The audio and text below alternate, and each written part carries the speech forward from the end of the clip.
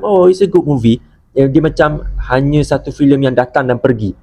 Okay, itu tanggapan pertama aku lah masa mula-mula sebelum filem Barbie ini dikeluarkan. Tapi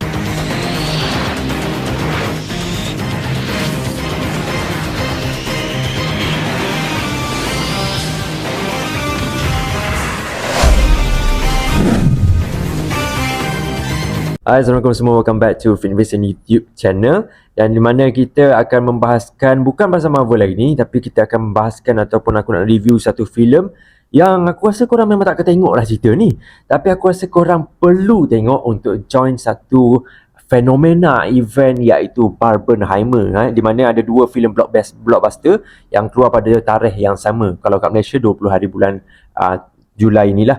Okey, iaitu filem Barbie dan juga Oppenheimer. Okey, so kena tonton Barbie dulu, lepas tu baru tonton Oppenheimer. Dan korang boleh clarify the Barbenheimer. Okey. So aku first thing first, sebelum aku review cerita Barbie ni, aku nak ucapkan terima kasih kepada Kak Marvel kita iaitu Miharu Eurodyne sebab bagi aku satu poster Barbie yang sangat-sangat cantik. Sabar jap, aku tunjuk jap.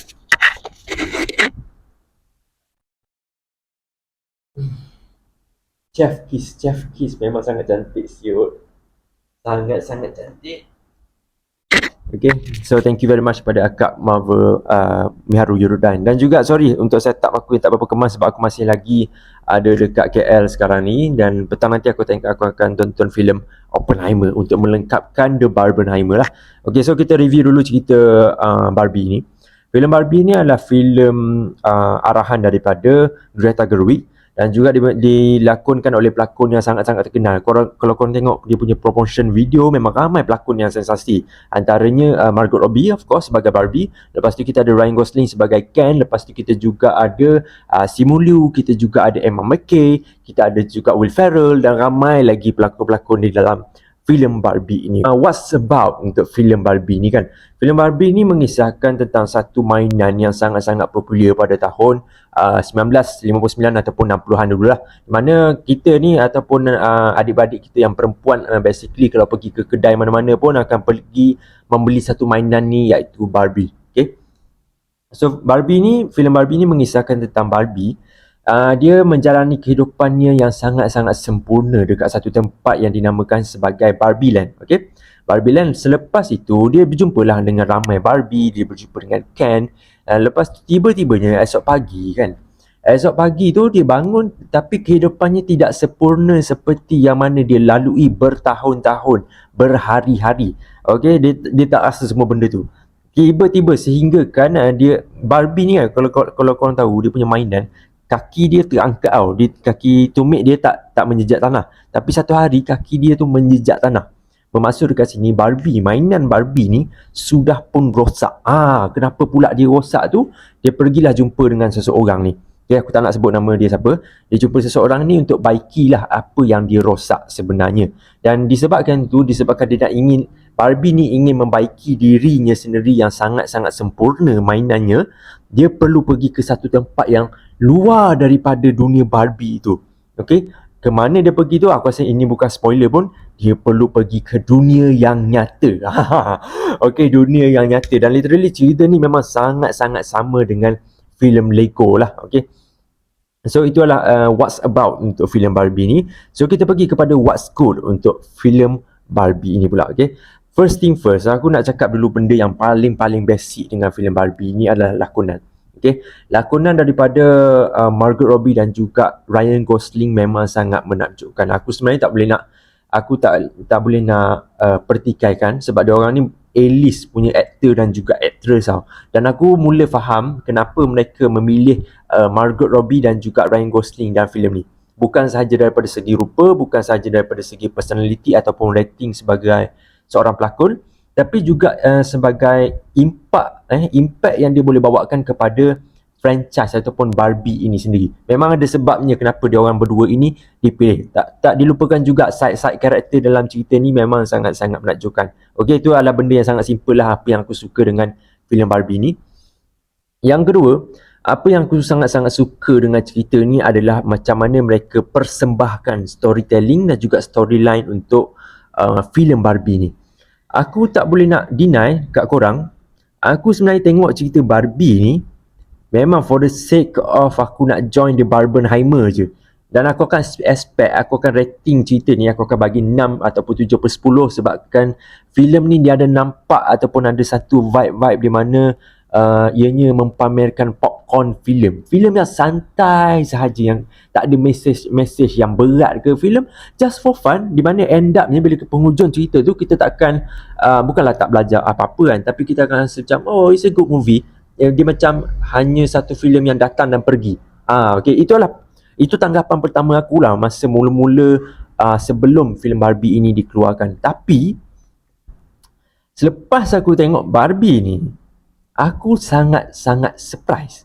Aku sangat surprise dengan storytelling dan juga storyline dia. Apa yang dia sebenarnya nak bawakan, apa yang message dia bagi dalam cerita ni. Okay? First thing first, apa yang korang perlu tahu kan tentang Barbie, dia ni adalah satu mainan ataupun betul lah, Barbie doll, mainan yang sangat-sangat terkemuka pada tahun 60-an sehinggalah awal 2000-an dan 2000 dan sebagainya kan, di mana anak-anak kita ataupun adik-beradik perempuan kita akan memainkan mainan Barbie ini, sebab Barbie merupakan satu simbol di mana ini adalah bagaimana seorang wanita yang sempurna, wanita yang dapat membuat apa sahaja di dalam kehidupannya. Tak kira pekerjaan apa, dia akan lakukan dengan sehabis baik, dengan sempurnanya. Okay? Itu adalah konsep Barbie lah kan. Dan selepas itu, dalam cerita ni, dia tunjukkan kepada kita macam mana Barbie itu mengharungi kehidupan sebagai seorang Barbie yang tidak sempurna. Okay, dan benda tu aku rasa sangat-sangat cantik nilainya. Dan seterusnya, apa yang aku nak puji juga, kalau kita cakap pasal Barbie ni, dia merupakan satu mainan perempuan tau. Bukannya diwujudkan khas untuk lelaki, dia diwujudkan khas untuk perempuan bermain. So literally cerita ni memang akan cerita pasal perempuan je, dan dia punya fokus target market adalah untuk perempuan yang pernah bermain Barbie. Itu dia punya main focal point lah, okay.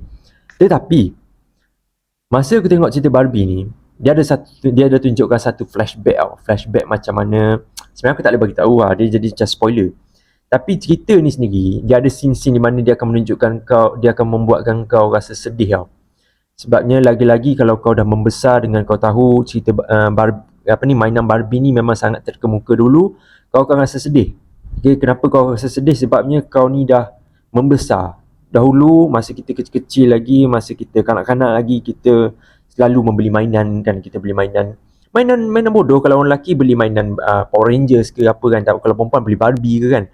Dan kita symbolizekan kehidupan kita, kita membuatkan kehidupan kita ni lebih rancak, lebih aktif dengan memainkan watak mainan tersebut. Contoh kalau kau ambil watak polis, kau beli mainan watak polis, oh I'm gonna be a policeman. Oh tangkap penjahat tu. Oh jangan lari, jangan gerak. Tu contohlah kalau lelaki punya mainan kan. Kalau perempuan, oh baju apa yang kita nak pakai hari ni dan sebagainya. Dia simbolize benda tu tau. Dia menunjukkan kepada kita satu nostalgia di mana mainan ini sangat-sangat ikonik waktu dahulu. Dan aku rasa aku sebab tengok semua benda tu sebab aku suka main-mainan dulu. Aku suka main-mainan. Dan aku tengok scene dalam Barbie ni, ada satu scene tu sedih. Sangat-sangat sedih. Aku tak expect filem Barbie akan membuatkan aku rasa sedih. Lepas tu lagi selain daripada tu kan, apa lagi yang best, what's good lagi untuk Barbie ni, aku rasa for sure kebanyakan daripada kita akan nampak cerita ni sebagai cerita untuk perempuan, macam aku katakan tadi Tetapi pada penghujung filem ni, aku puji macam mana pengarah Greta Gerwig membuat cerita ni dengan tidak mewujudkan satu gender bias tau. Sebabnya sebelum tengok cerita ni, aku ada rasa macam cerita ni gender bias. Dia akan lebih fokus kepada wanita dan akan mempamerkan work punya culture lah. And woman empowerment, woman is important to the world, woman is everything that we need in this world.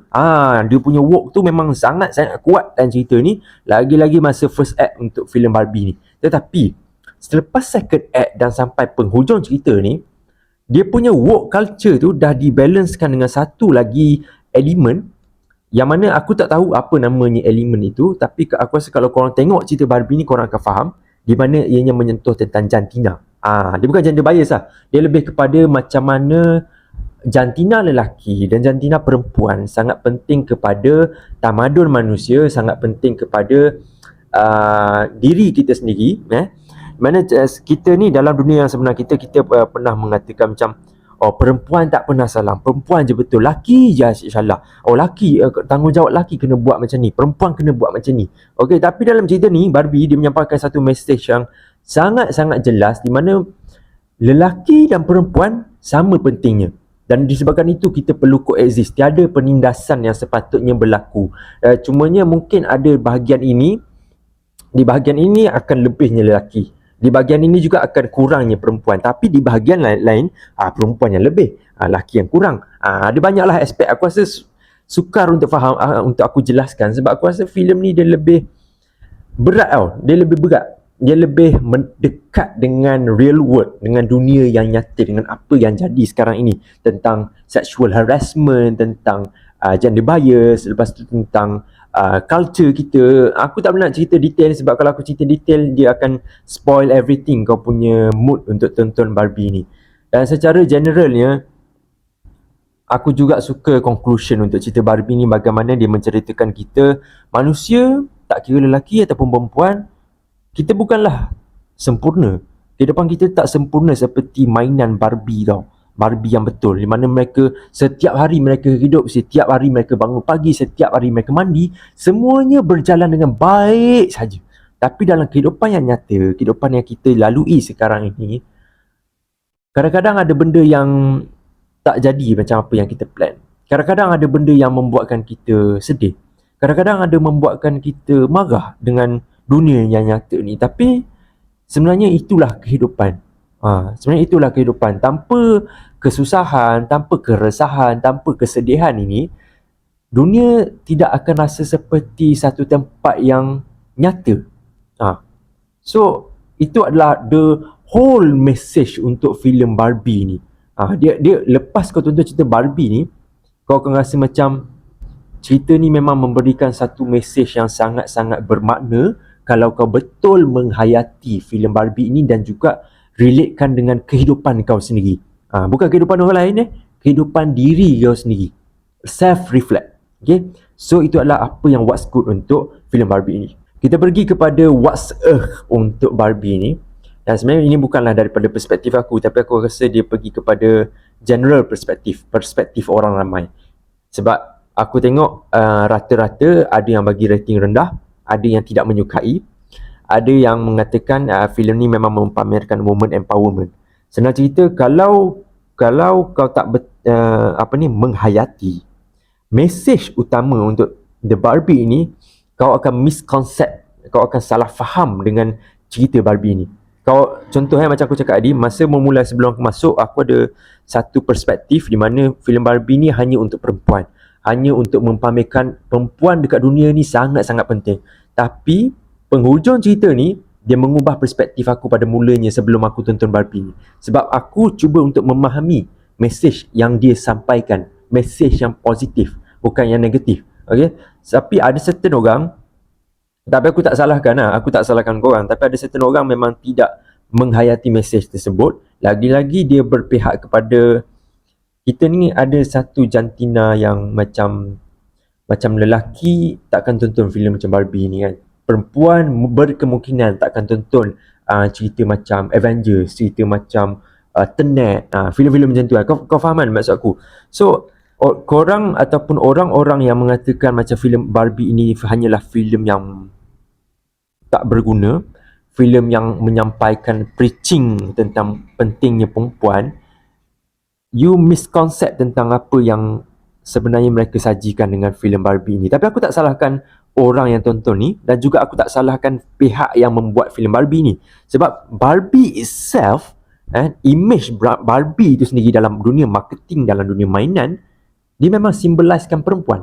Dia simboliskan wanita, kan? So, aku tak boleh nak blame sesiapa in this part. Tapi in order untuk memahami sesebuah filem, kau perlu understand the message. Kadang-kadang cerita ni, message mereka bukanlah satu message yang sama tau. Dan kita perlu terokai apakah pengajaran yang mereka cuba sampaikan melalui filem yang bersahaja ini saja. So itu bagi aku itu adalah what's nya lah. Dia bukan what's bagi aku. Sebab aku faham kenapa filem Barbie ni jadi seperti ini. Tapi untuk sesetengah orang, memang orang tidak boleh terima apa cerita Barbie ni. Dia akan rasa seperti satu slide show, satu apa ni, tayangan ni kepada korang. Kau tahu tak lelaki, perempuan ni kau tak boleh hidup tau tanpa perempuan. Dia macam kau ceramah sepanjang masa.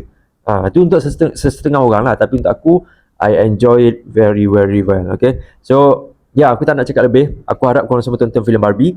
So rating aku untuk filem Barbie adalah sebanyak 9/10 bintang dan jatuh di bawah kategori marvelous. Okay, probably this is one of the best filem yang aku tonton dalam tahun 2023 ni, instead of Mission Impossible, John Wick dan berkemungkinan Oppenheimer untuk petang ni. Okay, so please tonton filem Barbie di pawagam berdekatan dengan anda. Tak kira hall apa, tak IMAX aku rasa tak ada. Hall biasa, kalau korang tengok dekat hall biasa pun dah mencukupi, tapi tolonglah terima sajian yang korang dapatkan dalam filem Barbie ni, sebab dia sangat-sangat penting mesejnya.